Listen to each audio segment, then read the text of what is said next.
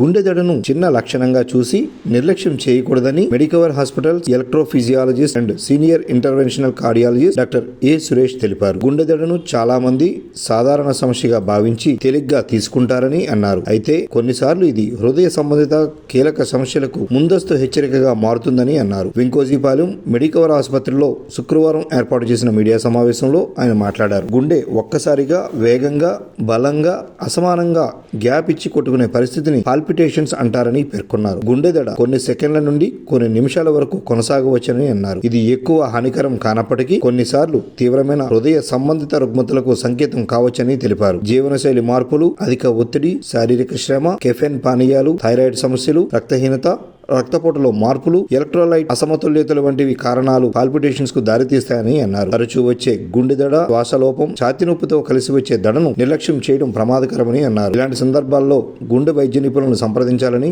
పేర్కొన్నారు. Heart attack వచ్చిన 3 గంటల వ్యవధిలో అవసరమైన చికిత్స తీసుకోవాలని, లేని పక్షంలో గుండెలో కండరాలు పాక్షికంగా దెబ్బతింటాయని అన్నారు. తరచూ వచ్చే దడ, శ్వాసలోపం, తలతిరుగుడు, ఛాతీ నొప్పితో వచ్చే దడలను నిర్లక్ష్యం చేయకుండా వెంటనే కార్డియాలజీ నిపుణులను సంప్రదించాలని Medicover unit head doctor Arun Kumar సూచించారు.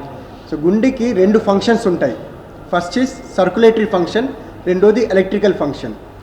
సో మీకు అందరికీ అవగాహన ఉంది, గుండె ఒక పంపు లాంటిది, మన ఎడమ వైపు ఛాతీ మీద దగ్గర ఉంటుంది. So around 5 litres per minute మన బ్లడ్స్ పంప్ చేస్తూ ఉంటుంది. It is the most hard working organ of our body.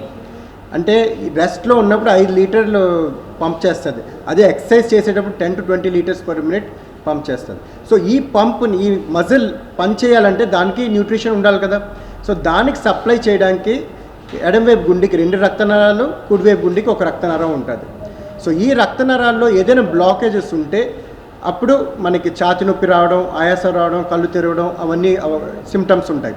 So heart attack అని మీరు వినే ఉంటారు. సో సడన్గా ఆ రక్తనరం బ్లాక్ అవ్వడం వల్ల హార్ట్ అటాక్ రావడానికి అవకాశం ఉంటుంది.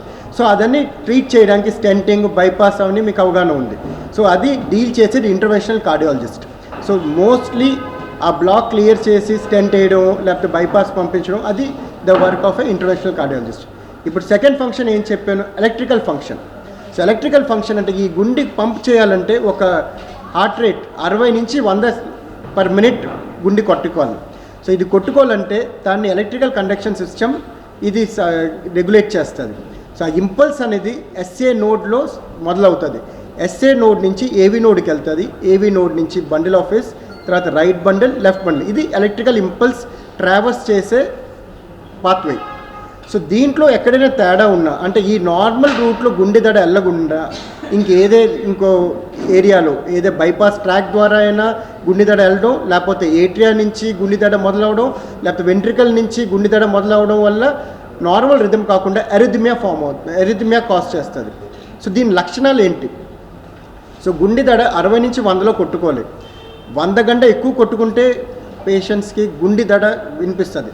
సో మనం పరిగెట్టేటప్పుడు మనకి కొన్నిసార్లు స్పీడ్గా కొట్టుకున్నప్పుడు దడలాగా అనిపిస్తుంది, అది నార్మల్ ఫీలింగ్. ఏ కారణం లేకుండా గుండె దడ ఫీల్ అవ్వడం అంటే abnormal awareness of once own heart beat is palpitation, అంటే గుండె దడ.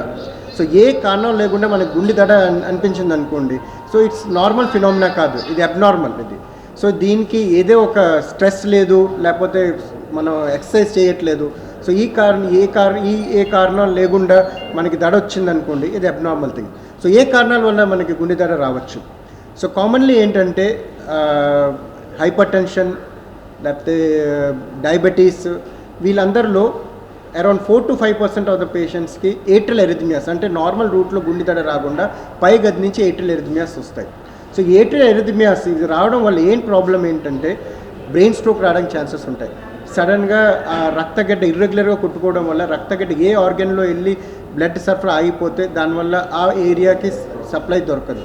సో హార్ట్ అటాక్ అయినా అవ్వచ్చు, కిడ్నీ అయినా రక్తనరం బ్లాక్ అయింది, కిడ్నీ ఫెయిల్ అయినా అవ్వచ్చు, లేకపోతే అలాగే కాల్ రక్తనరంలో రక్త సరఫరా అయిపోయిందంటే కాల్ నొప్పి అయినా అవ్వచ్చు. So atrial fibrillation common arrhythmia. So ఇవన్నీ మనం డయాగ్నోస్ చేస్తూ ఉండాలి. జనరల్లీ ఏంటంటే చాలామందికి దడ వస్తూ ఉంటుంది, డాక్టర్ దగ్గరికి వెళ్తారు, ఈసీజీ నార్మల్ ఉండొచ్చు, బట్ దెన్ అంత బాగుందండి మీకు అంటారు. సో అది కొన్నిసార్లు డయాగ్నోస్ అవ్వదు. ఇది ఏట్రియల్ ఎరిథమియాస్. నమస్తే అండి, నేను డాక్టర్ అరుణ్ మాట్లాడుతున్నాను, Medicover hospital MBP center head. Medicover hospital 12 దేశాల్లో ఉందండి. మన ఇండియాలో 25 హాస్పిటల్స్ ఉన్నాయి all over India. MBP hospital 700 bed hospital which is the biggest and largest hospital in entire AP. మొత్తం మా దగ్గర 700 బెడ్ హాస్పిటల్ అండి ఇది. దీనికి 12 కార్డియాలజిస్టులు ఉన్నారు. సచ్ ఏ బిగ్గెస్ట్ టీమ్ అండి ఏపీలో. సో టోటల్గా 4 క్యాథలాబ్స్ ఉన్నాయి, 14 ఐసీయూస్ ఉన్నాయి, 14 మాడ్యులర్ ఓటీస్ ఉన్నాయి అండ్ 2 రోబోస్ కూడా ఉన్నాయండి మా దగ్గర which will deal GI and general surgeries and ortho కూడా. సో ఈరోజు మనం ముఖ్యంగా ఈ గుండె దడ గురించి మీ ముందు ప్రెస్ మీట్ పెట్టడానికి కారణం అదే. ఈరోజు మా ముందుకి డాక్టర్ ఏ సురేష్ గారు, senior electrophysiologist and senior interventional cardiologist మీతో డిస్కస్ చేయడానికి వచ్చారు. కంపల్సరీ తీయిస్తున్నారు. తీసిన దగ్గర నుండి దాని తగ్గ మెడిసిన్ ఇస్తున్నారు. మెడిసిన్ ఇచ్చిన తర్వాత నాకు ప్రాబ్లం అనేది ఏమి రాకుండా ఉన్నాయి. ఈ మనకి ఆపరేషన్ చేసిన తర్వాత కూడా మధ్య మధ్యలోనే గుండె దడ, హార్ట్ బీట్ పెరిగినట్లు నాకు అనిపిస్తే సార్ మెడిసిన్ చేంజ్ చేస్తున్నారు ఈసీజీ 2D ఈకో మీద. దాన్ని బట్టి నాకు ప్రాబ్లం అనేది ఏం రావటం లేదు. ఇప్పుడు అంతా పర్ఫెక్ట్గా ఉన్నది. హార్ట్ బీట్ అనేది కూడా నాకు పర్ఫెక్ట్గా ఉన్నదండి ఇప్పుడు.